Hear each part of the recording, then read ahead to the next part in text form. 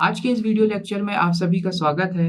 आज का ये video lecture the scope of information in the symbol table, यानी किसी वेरिएबल का क्या रेंज होता है, उसका स्कोप क्या है, local variable representation as well as the global variable representation, उसके बिहाफ में सिंबल टेबल का जो स्ट्रक्चर है वो कैसे बनता है। तो चलिए शुरू करते हैं आज का ये टॉपिक।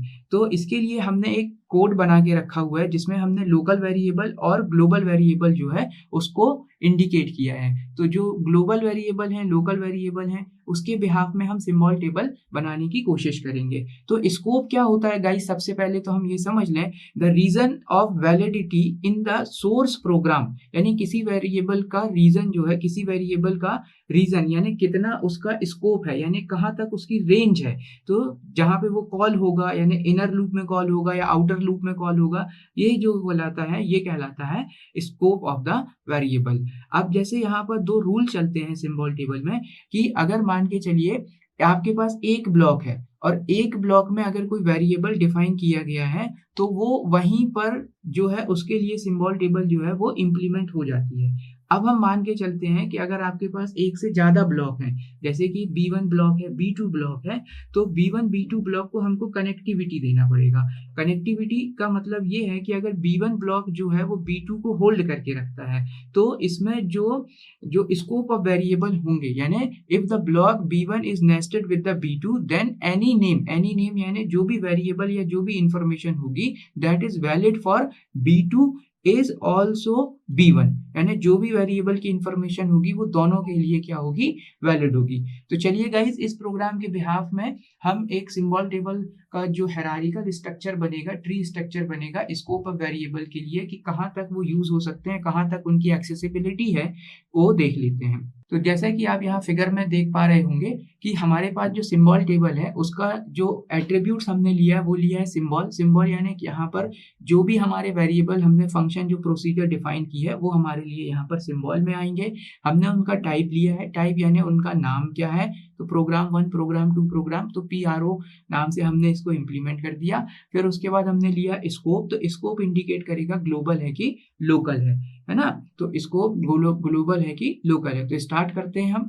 तो जैसे यहाँ पर सबसे पहले जो आप रूट नोड देख रहे हैं, तो रूट नोड पे यहाँ पर सिर्फ दो इन लोगों ने क्या किया है कि दो सिंबल टेबल की एंट्री करी है। अब दो कौन कौन से हैं, तो यहाँ पर ये हो गया आपका पहला, ये हो गया आपका, this one is the first one and this one is the second one. Clear, this one is the first one and pro 1 is the one and pro 2 is the 2। तो यहाँ पे दो एंट्री हो गई। ठीक है, अब हम बात करते हैं कि प्रो 1 जो है, प्रो 1 के अंदर कौन कौन से लूप्स हैं, यानी प्रो 1 के अंदर क्या क्या आ रहा है। तो प्रो 1 के अंदर गाइस देखिए, प्रो 1 के अंदर यानी मैं अगर इसकी बात करता हूँ तो मेरे पास यहाँ पर एक तो ये आ रहा है int1 एंड int2। तो आप यहाँ लेफ्ट हैंड साइड पर देखिए, प्रो 1 में इन प्रो 1 आ गया मेरे पास, इसका जो प्रॉपर्टी है वो इंटीजर टाइप है।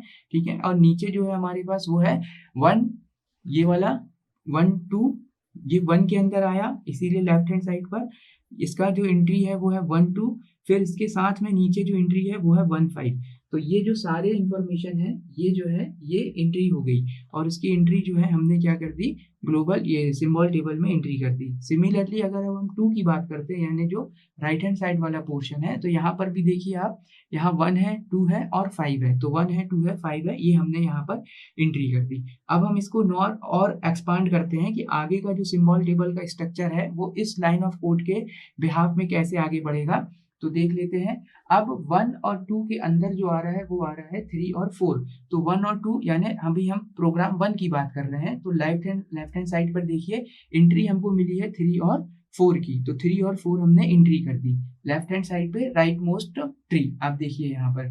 ठीक है, इसके बाद जो है हमारे पास वो क्या है कि इसके राइट हैंड साइड पर 5 के अंदर 6 और 7 आया। तो राइट हैंड साइड पर 5 के अंदर 6 एंड 7 आया।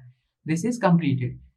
इन द सिमिलर मैनर अब हम क्या करेंगे, प्रोग्राम 2 के बिहाफ में इनर लूप जो भी इनका इनर वेरिएबल है उसके लिए सिंबल टेबल क्रिएट करेंगे। तो 1 और 2 तो जो है हमने ऊपर एंट्री कर दिया था, 5 ऊपर एंट्री कर दिया था। अब इसके अंदर 1 और 2 क्या होल्ड करता है, 1 और 2 होल्ड करता है 2 3 को और 2 4 को। तो यहाँ लास्ट में देखिए 1 और 2 जो है वो 2 और 3 को होल्ड करके रख रहा है। इसमें हमारे पास 25 यानी प्रोग्राम नंबर 25 के अंदर कोई भी वेरिएबल अवेलेबल नहीं है, इसीलिए वो ट्री जो है वो एक्सपांड नहीं हुआ। तो गाइस आशा करता हूँ आपको ये सिंबल टेबल का inner loop, local, inner loop, global variable declaration का जो फॉर्मेट है, यानी किस तरह से सिंबल टेबल इन वेरिएबल के स्कोप को डील करता है, क्लियर हुआ होगा। Thank you so much watching this video. We will meet again in the new video lecture. Take care, bye bye.